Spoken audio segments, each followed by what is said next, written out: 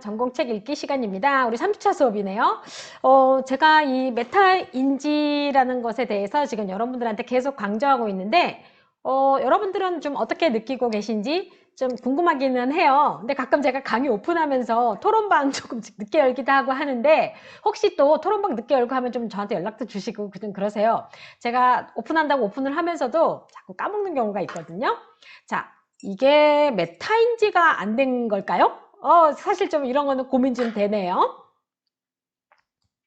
자, 이번 그 주차에는 메타인지가 뛰어난 사람들의 5가지 특징입니다. 지금 보면 지향점을 분명히 안다. 결국 이게 메타인지라고 하는 것은 내가 무엇을 틀렸는지도 아는 거고, 그리고 내가 무엇을 해야 될지를 잘 아는 사람들이 아닌가라는 생각이 좀 들어요. 자, 그래서 맥락을 파악하고, 맥락이라는 건 뭐냐면요, 우리가 왜 앞뒤를 잘 알아야 되는 거죠. 이 상황이 어떻다라는 거. 그리고 경험과 직관의 한계를 안다. 그리고 상대의 의도를 이해하는, 이게 진짜 중요하거든요. 자, 그리고 일관성을 유지한다. 자, 이런 내용들인데, 여러분들은 이제 어떤 유형의 내가 이렇게 특징을 갖고 있는지, 또 이런 특징들이 아예 없는지, 이런 것들을 여러분들이 좀 고민을 해보시면 될 것 같습니다. 먼저 지향점을 분명히 안다라는 부분을 다루게 될 텐데요. 지향점이라는 거 먼저 우리가 좀 알아야 돼요. 지향점은 도달하고자 하는 목표로 지정한 점입니다. 그러니까 여러분들도 뭔가 도달하고자 하는 그런 어떤 목표로 지정한 점이 있을 거예요. 자, 그게 이제 지향점인데, 그 지향점을 분명히 알고 있다는 거죠. 자, 이렇게. 나 여기 목표 알고 있는 건 거죠. 자, 도달하고자 하는 목표 지점을 아는 사람이 바로 지향점을 분명히 아는 사람이라고 할 수가 있겠죠. 저희 책에 보면 자, 지금 메타인지가 뛰어난 사람들의 5가지 특징 보면 저희 이제 71페이지에 나오거든요. 아까 제가 책을 펴놨는데 저기 됐어요. 책이 엎어졌어요. 자,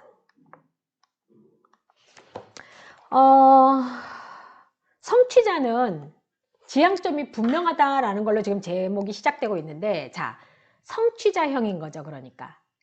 자, 그러면 성취자는 지향점이 분명하다. 그러니까 뭔가를 얻은 사람들은 그 내가 도달하고자 하는 목표 지점을 굉장히 잘 안다라는 얘기가 되겠죠. 자, 그래서 세상에서 가장 위대한 작품을 만들겠다는 지향점을 한 사람, 누구일까요?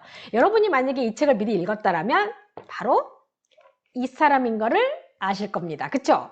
Don't hesitate. 누굽니까? 스티브 잡스죠? 그래서 대표적인 성취자형 인물로 이 스티브 잡스를 얘기하는데, 이 사람이 항상 주저하지 마라. 저는 이거 중요한 것 같아요. 물론 우리가 신중하게 생각해야 될 때도 있지만 주저하지 않아야 되는 거, 그거 진짜 저는 중요하다고 생각을 합니다. 자, 스티브 잡스는 세상에서 가장 위대한 제품을 만들겠다는 그런 지향점을 가졌다는 거죠.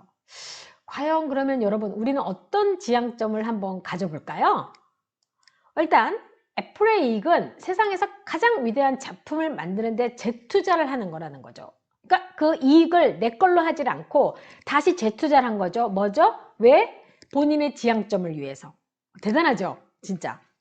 자, 그래서 우리가 모두 애플을 그렇게 사다 쓰고 하나 봐요. 좋으니까 쓰겠죠? 자, 명확한 지향점을 갖고 있어서 의사결정을 임할 때요, 이분들은 첫 번째, 명분. 의사결정을 할 때 내가 도달하고자 하는 지점에 필요한 why, no why, 왜를 안다라는 거. 내가 왜 이걸 지향해야 되는지 아는 거예요.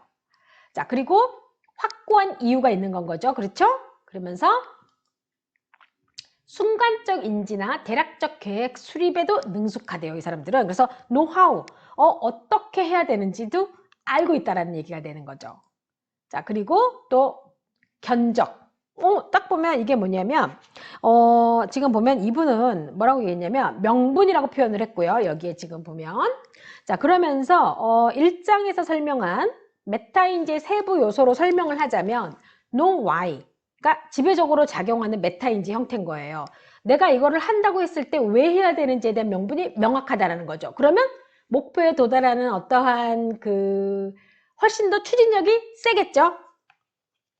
비교적 정확하게 인지하고, 또 이 사람들은 계획도 잘하고 순간적 인지에 기반해서 대략적 계획을 수립하는데 굉장히 능숙해서 견적을 잘 내는 재주가 있다라는 거예요.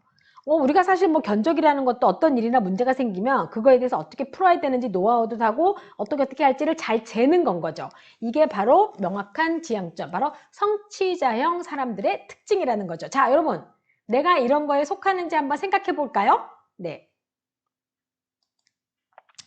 저는 이거 되게 좋아하는 영어 문구예요.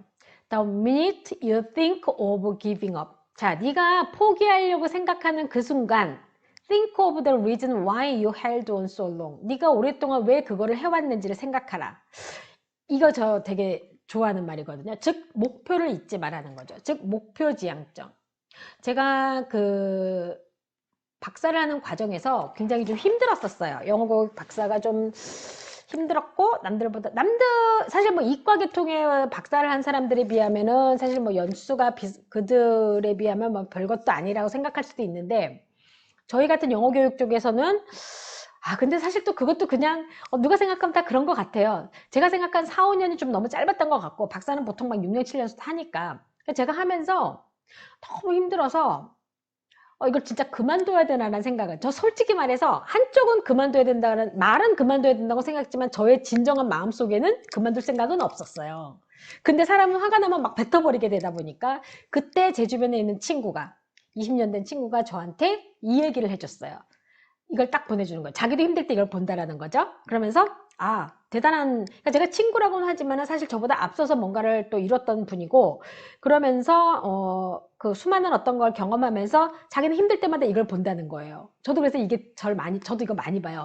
포기하려고 하는 그 순간 내가 왜 이걸 시작했는지 생각하라. 명분, 목표, 이게 되는 겁니다. 아시겠죠? 자, 문제 해결 과정에서 얻어지는 교훈이 있대요. 그래서 가능한 한 개선 부분, 그 다음에 뭐 이런 어떤 가능한 개선 부분, 교육 기반을 적용해서 평가도 하는 거죠. 자, 그래서 여기 보면 정부 컨설팅의 예를 지금 74페이지에 드러나 있는데, 경영 컨설팅이라는 업무의 특성상 때로는 본인의 신념이나 가치관과 일치하지 않더라도 어쩔 수 없이 현실에 타협해야 되는 경우가 있대요.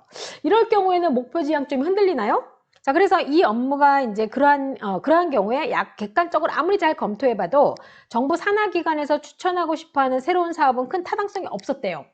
그럼에도 불구하고 최선을 다해 해당 사업의 장점과 기대 효과를 논리적으로 정리해 컨설팅 보고서를 완성했대요. 저는 이거 굉장히 공감한 게 뭐냐면요. 이 부분에 대해서 우리가 컨설팅을 할 때 나의 목표, 이건 것 같아요. 내 목표 지향점은 내 자신에 관련된 일인 거고요. 이분이 지금 컨설팅 했던 거는 이분은 컨설팅을 해야 되는 게 맡은 일인 거고, 그 다음에 상대는 그거에 대해서 뭔가 합리화를 만들어 달라고 의뢰를 했던 거겠죠. 그러면 이것도 그분의 능력인데 이분의 목표 지향은 컨설팅을 하는 거에 목표가 있었던 것이 아닌가라는 생각을 하게 되는 거죠. 저는 이런 건 좀 배워야 된다고 생각해요.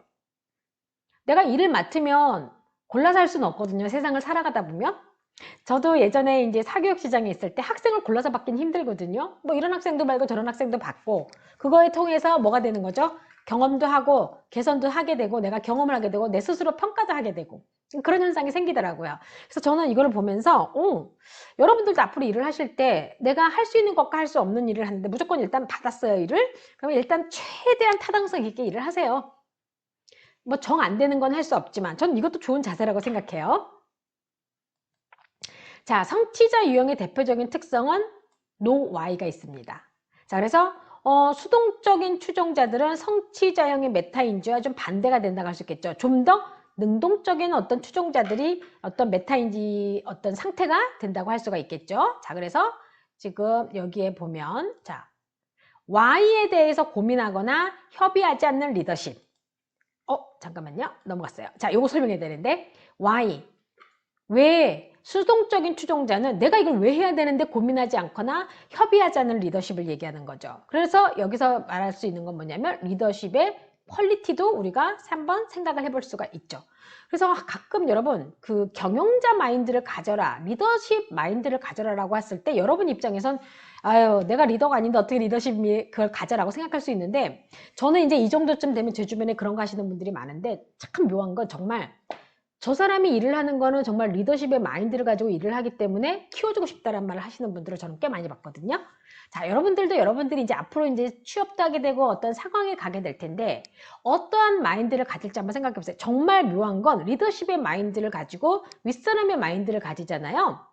그러면 보는 시각이 달라져요. 자, 그건 제가 또 그런 코너 할 때 말씀드릴게요. 자, 추종자는요, 군소리 없이 시키는 일만 하는 추종자의 역할은 AI계를 보내자고요, 우리가. 그래서 인간은 스스로 답을 찾는 역할을 한다라는 거죠. 잠깐만요. 잘, 이게 지금 여기서 왔다 갔다 하니까 자꾸 바뀌어가지고. 그래서 인간이 스스로 답을 찾는 역할. 사실 AI는 입력된 것만 일을 하죠. 배운 것만 일을 하는데 우리는 경험과 직관에 의해서 입력되지 않은 거라도 판단해서 할 수 있는 일들이 있거든요. 그걸 이제 우리가 하는 겁니다. 무슨 얘기인지 아시겠죠? 네. 자, 이번에는 메타인지가 뛰어난 사람들의 5가지 특징 중에서 맥락을 파악하는 겁니다. 자, 이 맥락이라는 게 참 중요한데, 자, 여기 지금 먼저 77페이지는 추종자는 AI로 대체된다라는 내용이 나오는데, 뭐 군소리 없이 청소하는 AI 로봇 나오고 이런 거 나오죠? 사실 묘한 거는 이 AI가 근데 군소리 없이 하는 일들 말고도 많은 일들을 하기는 해요. 인간이 처리해야 되는 복잡한 것들을 처리해 주기도 하고, 하지만 그럼에도 불구하고 여러분, 저는 인간이 할 수 있는 일이 있고요. 그걸 다 입력시키고 교육시키는 건 누구예요? 인간이에요. 그래서 인간이 더 우월하다. 그러니까 여러분들이 더 뛰어난 사람이다 라는 거, 뛰어난 어떤 종이다 라는 걸 잊지 않았으면 좋겠습니다. 자, 이번에는 이제 맥락을 파악하는 건데요. 플레이메이커형이라고 할 수가 있겠어요? 먼저 전체 경기의 흐름을 읽는 능력이 있는 거죠. 제가 경영자 마인드가 되라 그랬죠. 그러니까 전체를 볼 줄 아는 게 중요해요. 보면 여기 아이디어, 플래닝, 스트래티지, 석세스 이 과정을 전체로 읽을 줄 아는 능력. 바로 know, where, when 이건 거죠. 이 사람들이 뭔가를 알고 있다는 거죠. 팀 선수의 장단점 파. 자, 그러면 이게 뭐냐면 플레이메이커는 자, 팀에 누군가는 장점이 있고 누군가는 이런 단점이 있고 그러면 이럴 경우에는 이 사람의 장점을 이용하고 이럴 경우에는 이 사람의 단점이 작용하면 안 되는데 그러니까 그걸 알면 어떻게 되겠습니까? what, 무엇을 할지를 알 수 있는 거죠. 그러면 우리가 이땐 이렇게 해야 되겠구나. 이땐 이 사람의 기량을 이용하면 좋겠네. 이렇게 플레이메이커형이 돼야 된다는 거죠. 팀 승리 전략의 유효 여부를 끊임없이 확인한다. 모니터링. 저는 이 모니터링이 정말 중요하다고 생각해요, 여러분. 왜 중요하다고 생각하냐면 이 모니터링을 잘하면 내가 무엇을 잘못했는지 잘했는지를 파악할 수가 있거든요. 그러므로 인해서 또 개선할 수가 있거든요. 자, 그래서 저는 이 유효 없이, 여부 없이 끊임없이 확인하는 거. 그러니까 실패를 해도 모니터링, 승리를 해도 모니터링. 우리가 이번에 승리한 전략 요인이 무엇인가? 과연 저 상대방이 못해서인가? 뭐 이런 거 있잖아요. 그래서 모니터링 이거는 상당히 저는 중요하다고 생각합니다. 자, 이 플레이메이커는요. 이렇게 아이디어, 플래닝, 스트래티지, 석세스의 어떤 과정을 한눈에 잘 확인하는 사람들. 그런 사람들이 플레이메이커형이라고 할 수 있겠죠. 자, 여러분 어때요? 여러분 플레이메이커형? 저는 아까 나왔었던 성취형과 이 플레이메이커형이 좀 있고요. 저는 좀 여러분들하고 달리 이제 살아온 세월이 있고 나이가 있다 보니까 뭐라 그래야 되나요? 그냥 조금씩 다 갖고 있는 것 같아요. 사람은 그리고요 변하거든요. 여러분이 지금 현재 예를 들어서 플레이메이커형이지만 조금 지나면 다른 부분이 부각될 수도 있어요. 그러니까 조금씩 사람이 살아오는 게 달라지다 보니까 거기에 이제 경험에 의해서 내가 그렇게 맞춰져지게 되는 그런 경향이 좀 있다고 볼 수가 있어요. 자, 이번에는 맥락을 모르는 구멍. 위키스트 링크인데 뭐냐면 구멍이 있는 거죠. 어디 가나 구멍이 있어요. 우리 팀 구멍이야. 우리 멤버 구멍이야. 뭐 이런 말 하잖아요. 사실 플레이메이커는 저희 79페이지에도 나오지만은요, 여러분, 시야가 넓어요. 그쵸? 전체를 다 파악하니까. 그래서 이제 뭐 축구나 농구, 아이스하키 같은 단체 운동 경기에서 플레이메이커라는 용어가 자주 쓰인다라는 거죠. 그래서 아까 제가 왜 그런 얘기를 했는지 아실 거예요. 그래서 이 플레이메이커형 메타인지가 뛰어난 리더들은 특정 쟁점에 대해서 전체 맥락상 적절성을 먼저 인지하고자 하는 경우가 많다라는 거죠. 자, 그러면 전체 흐름을 끄는 실수를 하는 선수들. 자, 이런 선수들은 뭐죠?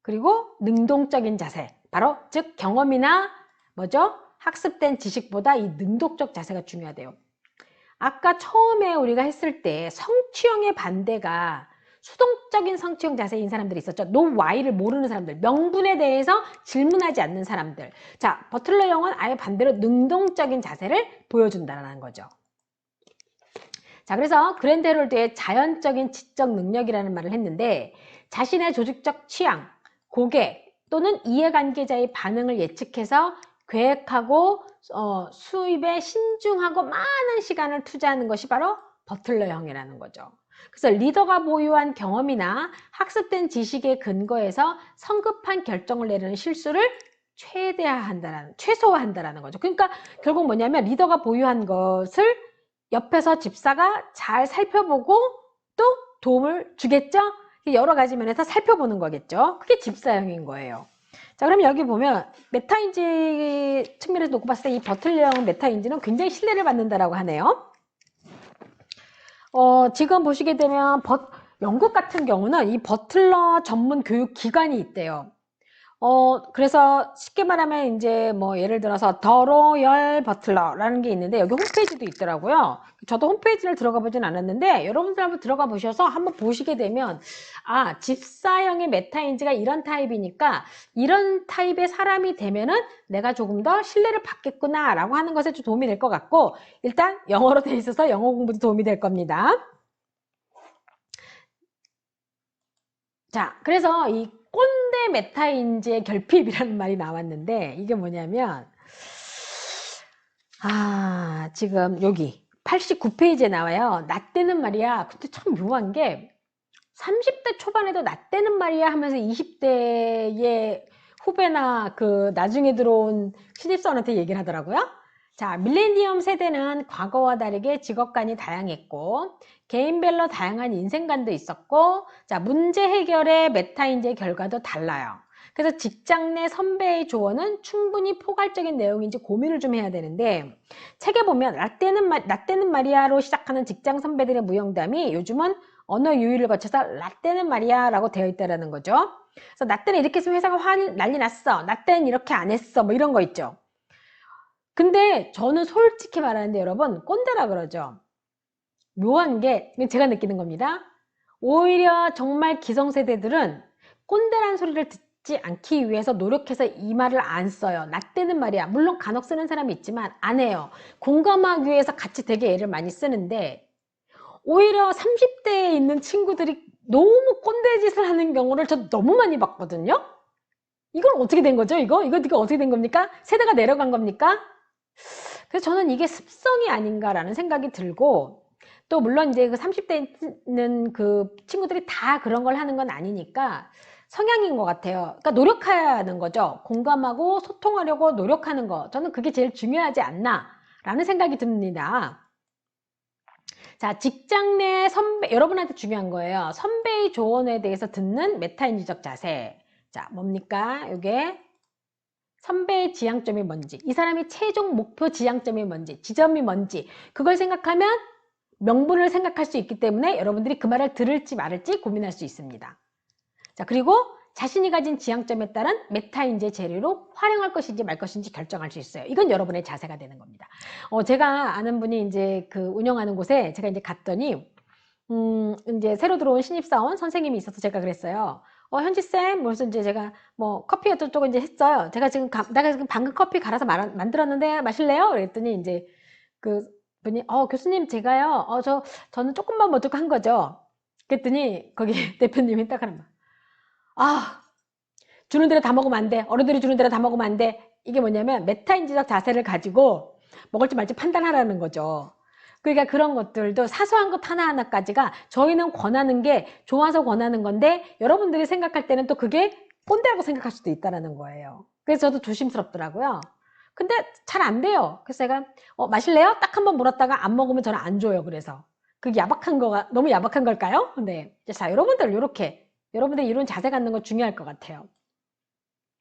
자, 지금까지 이제 우리가 5가지 유형 중에서 제가 성취자형, 그 다음에 플레이메이커형, 집사형을 소개를 했는데 여러분들은 이 3가지 유형 중에서 필요하다면 되고 싶은 유형은 어떨 것인지 한번 정해보시고 논해보세요. 근데 여기서 특히 내가 부족한 유형이 무엇인지 파악하시고, 그죠? 유형 파악하고 그 다음에 어떤 유형이 되고 싶은지 그걸 또 생각해 보시는 것도 좋을 것 같아요. 자, 그래서 여러분이 그걸 토론 관리 한번 올려주세요. 그러면서 대신 우리는 메타인지가 뛰어난 사람이 되자라는 것, 그거는 우리의 목표 지향점이에요. 바뀌지 않아요. 왜요? 필요하잖아요, 요즘. 그게 명분입니다. 무슨 얘기인지 아시겠죠? 네, 오늘 고생하셨습니다.